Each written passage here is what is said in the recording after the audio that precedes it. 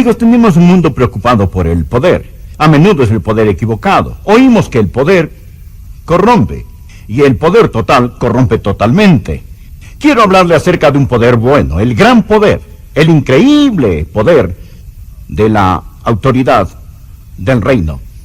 Esa es la autoridad y el poder que Dios quiere otorgarle como creyente en Jesucristo, para ayudarle a llevar la delantera al bajo mundo. Por favor, acompáñenos en esta serie, el poder increíble de la autoridad del reino. Jack Hayford compuso una preciosa canción titulada Majestad. Y empieza así, Majestad. Gloria a su majestad. A Cristo sea gloria, honra y honor. Majestad, reino y autoridad. Fluye del trono por su poder, su gloria exaltad. Reino y autoridad. Y quiero que tomemos hoy esa frase, reino y autoridad, y deseo que la estudiemos. No existe una verdad más hermosa, emocionante y maravillosa que la verdad acerca de la autoridad del reino y lo que significa para nosotros. La mayoría de nosotros no tenemos ningún problema en aceptar que Jesucristo es el Rey y que Él tiene la autoridad. Pero lo que no entendemos es que Él, nuestro Rey, ha dado esa autoridad del reino a sus súbditos, y junto con Él también podemos ejercer la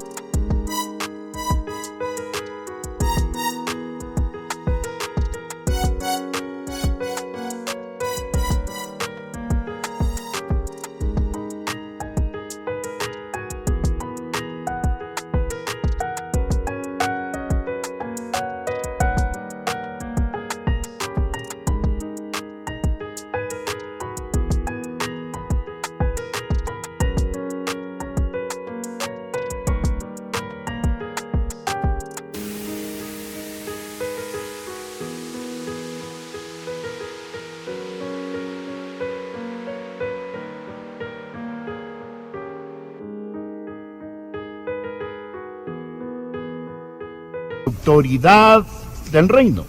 Escuche, ese pensamiento es algo asombroso.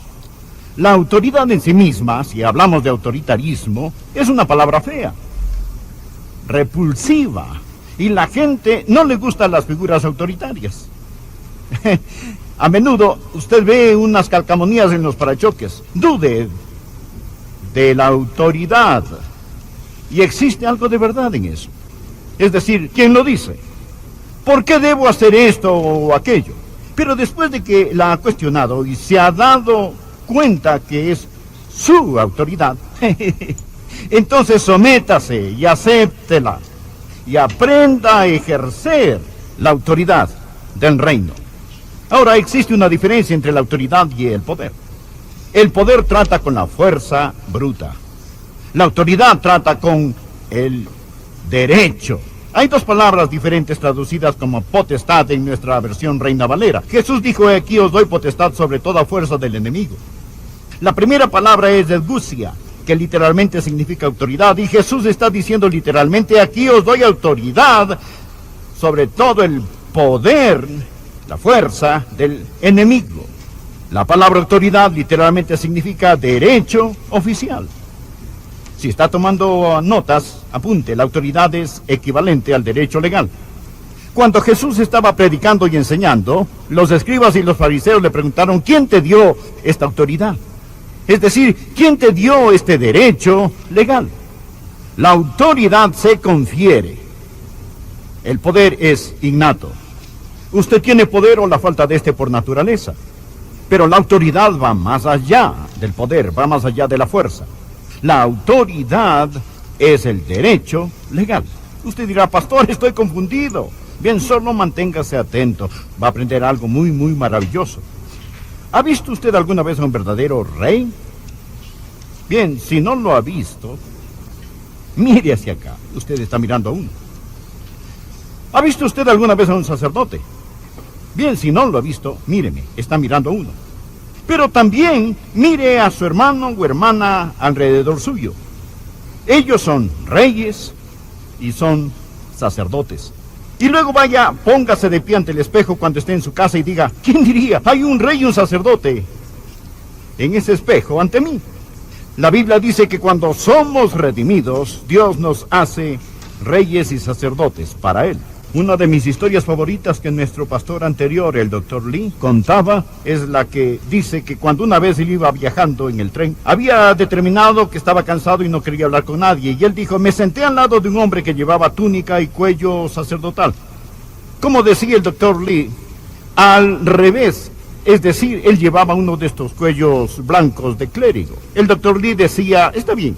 Si él quiere caminar hacia su cuello cuando yo retrocedo en el mío, está bien, no tengo ningún problema con eso. Pero él dijo, no estaba con humor para hablar. Y después de un rato este hombre se volvió hacia mí y me preguntó, ¿y a qué se dedica? El Dr. Lee le respondió, yo soy un rey.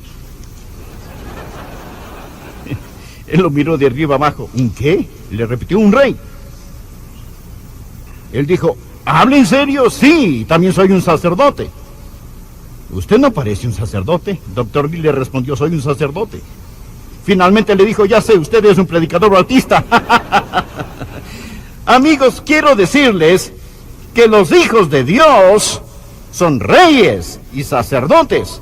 Y Dios nos hizo de esa manera. Muchos no vivimos como si lo fuéramos. Por ello, lo que hoy aprenderemos es cómo ejercer la autoridad del reino que nos ha dado por medio de nuestro Señor y Salvador Jesucristo. Ahora, déjeme decir esto. Estudiaremos 3 verdades acerca de la autoridad del reino y pondremos las bases para el resto de estos mensajes que se extenderán en varios programas. La autoridad del reino se le otorgó generosamente a Adán. Empecemos a leer la palabra de Dios en Efesios capítulo 1, versículo 15. El apóstol Pablo escribe a la iglesia de Éfeso y le dice, por esta causa también yo, habiendo oído de vuestra fe en el Señor Jesús y de vuestro amor para con todos los santos, no ceso de dar gracias por vosotros, haciendo memoria de vosotros en mis oraciones, para que el Dios de nuestro Señor Jesucristo, el Padre de gloria, os dé espíritu de sabiduría y de revelación en el conocimiento de Él. Amigos, simplemente podríamos estacionarnos aquí. Pablo está orando por esta iglesia. Y dice, oh, que el Padre de gloria les dé a ustedes el espíritu de sabiduría y de revelación en el conocimiento de Él. Eso es lo que estoy tratando de ayudarnos a obtener hoy. El espíritu de sabiduría y revelación y conocimiento de Él. El pueblo de Dios perece por falta de conocimiento.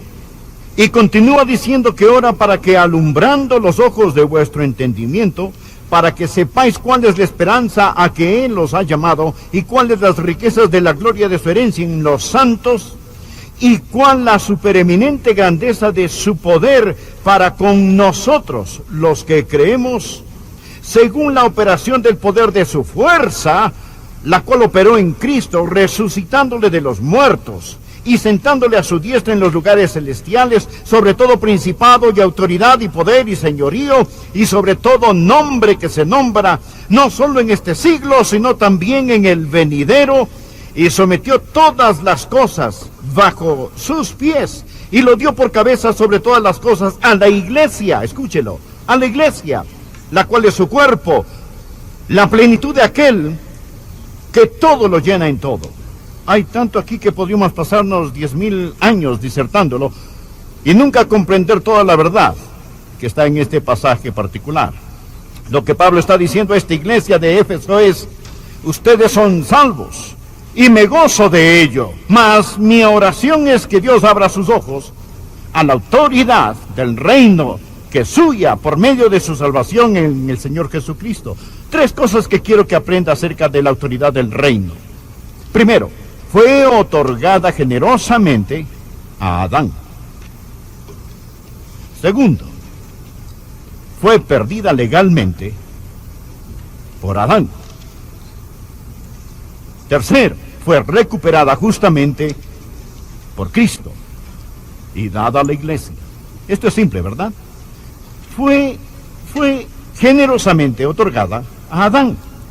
Cuando Dios creó a Adán y Eva y los puso en el huerto del Edén, Dios dio a Adán y a Eva autoridad del reino. Él los creó para gobernar en esta tierra. Anoten su margen Génesis capítulo 1, versículo 26. Entonces dijo Dios, hagamos al hombre.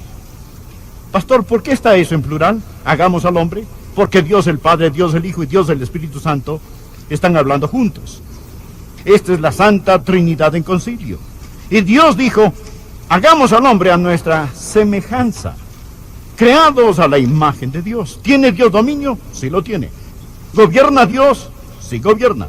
¿Tiene Dios autoridad? Sí la tiene. Hagamos al hombre a nuestra imagen, conforme a nuestra semejanza, y señoree, subraye eso, en los peces del mar, en las aves de los cielos, en las bestias, en toda la tierra y en todo animal que se arrastra sobre la tierra. Cuando Dios creó a Adán en el huerto del Edén, Dios creó a Adán como rey. Dios lo creó a Adán para que ejerciera dominio. Esta palabra dominio significa hollar, es decir, que todo está bajo su dominio. Toda esta creación está bajo los pies de Adán. Él debía haber controlado y dominado los recursos de esta tierra. El segundo punto. Se perdió legalmente. No se perdió simplemente, se perdió legalmente. Estamos en Efesios capítulo 1, avancemos al capítulo 2. Lo he dicho antes, las divisiones de los capítulos no están en los manuscritos originales. Solo están allí para evitar que los predicadores tomen mucho tiempo. Bien, en el capítulo 2, versículo 1, hablando de Jesús, quien ha sido exaltado sobre todo principado, autoridad y poder, entonces dice, y Él os dio vida a vosotros, cuando estabais muertos en vuestros delitos y pecados, en los cuales anduvisteis en otro tiempo, siguiendo la corriente de este mundo, conforme al príncipe de la potestad del aire. Es decir, usted estaba muerto en el pecado. Seguía al príncipe de este mundo, al diablo, al príncipe de la potestad del aire. El espíritu que ahora opera en los hijos de desobediencia, entre los cuales también todos nosotros vivimos en otro tiempo, en los deseos de nuestra carne, haciendo la voluntad de la carne y de los pensamientos, y éramos por naturaleza hijos de ira, lo mismo que los demás. ¿Qué pasó a la humanidad? ¿Cómo se falsificó y terminó todo esto de cabeza? Dios nos creó para tener dominio, pero dice, ustedes estaban muertos en sus pecados. Seguían a Satanás y la corriente de este mundo, conforme al príncipe de la potestad del aire, el espíritu que ahora opera en los hijos de desobediencia. Preste atención a este versículo, no lo pase por alto. Lucas capítulo 4, versículo 6. Jesús empezó su ministerio terrenal después de ser bautizado al ir al desierto. Y allí, como veremos después, él tuvo una batalla espiritual con Satanás en el desierto. Y una de las cosas que Satanás hizo fue esforzarse por tentar a Jesús. Tentarlo para tratar de que Jesús lo adorara. Es decir, que Jesús adorara a Satanás. Satanás quería que Adán lo adorara, él quería que Jesús lo adorara, él quiere que el universo lo adore. Esto es lo que Satanás le dijo a Jesús, no lo pase por alto. Y le dijo el diablo, a ti te daré toda esta potestad y la gloria de ellos. Está hablando de los reinos de este mundo, a ti te daré toda esta potestad y la gloria de ellos. Ahora escuche cuidadosamente, porque a mí me ha sido entregada. Y a quien Jesús lo sabía. Dios le dio esa autoridad a Adán. Adán se la dio a Satanás. Y Satanás dijo, te la daré a ti, Jesús, si me adoras. A mí me ha sido entregada. A mí me ha sido entregada. Esta autoridad fue otorgada generosamente. Se perdió legalmente. Adán se convirtió en esclavo de Satanás y perdió su derecho legal de gobernar. La autoridad del reino de Adán se esfumó. Y en Efesios 2, versículos 1 y 2, vemos que Adán y sus hijos han sido destronados, están espiritualmente muertos y no tienen más la autoridad legal. Por consiguiente, ¿cómo describe la Biblia a Satanás? Segunda de Corintios 4:4 dice que es el Dios de este siglo. ¿Por qué? Adán debía poseer esa autoridad, pero se la dio a Satanás. ¿Cómo se describe a Satanás en Efesios 6:12? Porque no tenemos lucha contra sangre y carne, sino contra principados. ¿Sabe lo que significa?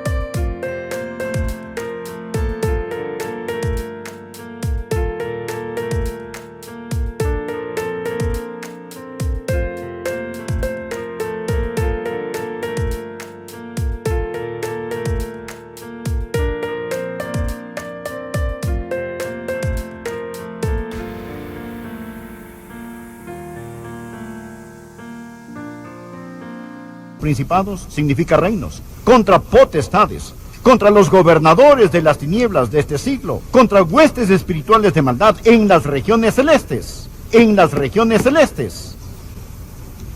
La autoridad del reino fue dada generosamente.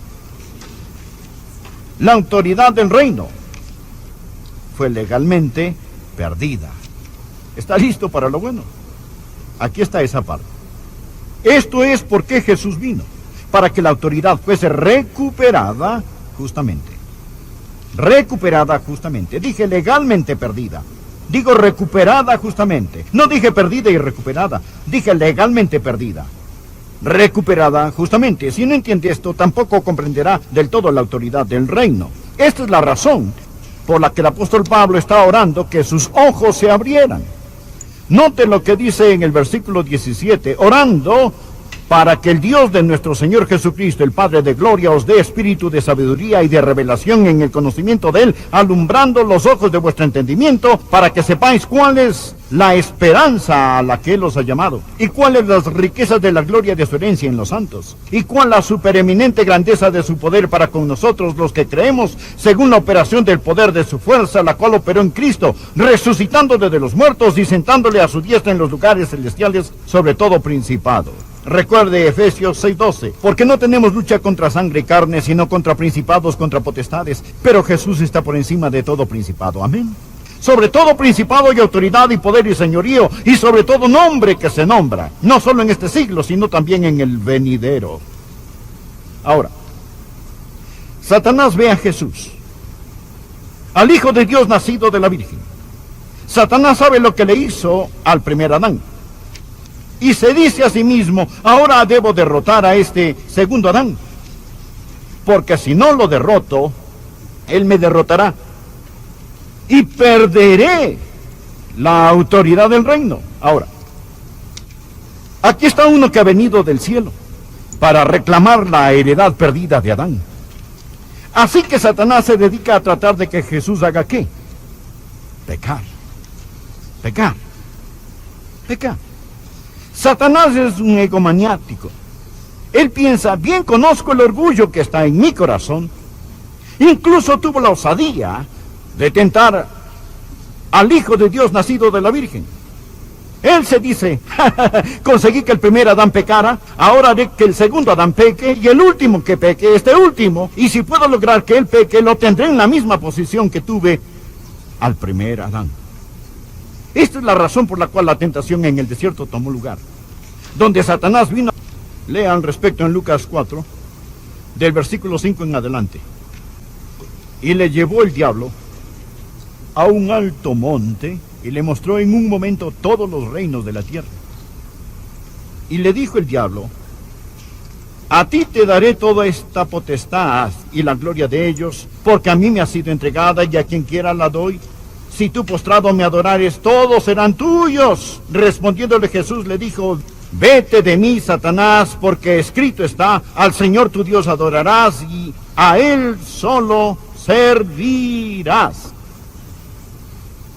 Adán perdió su heredad en un precioso huerto, pero Jesús venció a Satanás en un desierto. Mas ¿cómo venció Jesús a Satanás?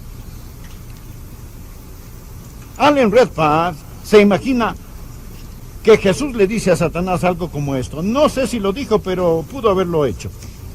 Satanás,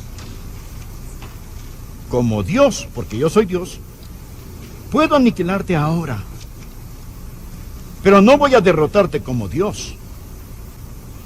Te voy a derrotar como hombre. Las mismas armas que pertenecieron a Adán en el huerto del Edén fueron las que Jesucristo usó. ¿Cuáles eran estas? El Espíritu de Dios y la palabra de Dios. Lucas 4, versículo 1 dice, Jesús lleno del Espíritu Santo. Jesús estaba lleno, ungido con el Espíritu al ser bautizado. Luego Jesús tomó la palabra de Dios.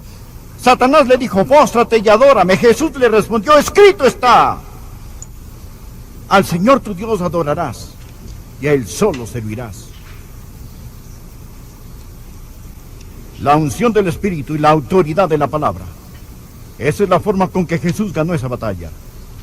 Y esa es la forma con que continúa ganando la batalla. Alguien se imaginó a un demonio platicando con otro demonio y hablaban acerca de lo que Jesús hizo en la cruz. Cómo Él arrebató principados y poderes. Cómo Jesús redimió a los hijos de los hombres. Cómo rompió la fortaleza de Satanás que sujetaba a la raza humana. Y estos demonios hablaban acerca de esto. Cómo Jesús bajó a la tumba y cómo resucitó.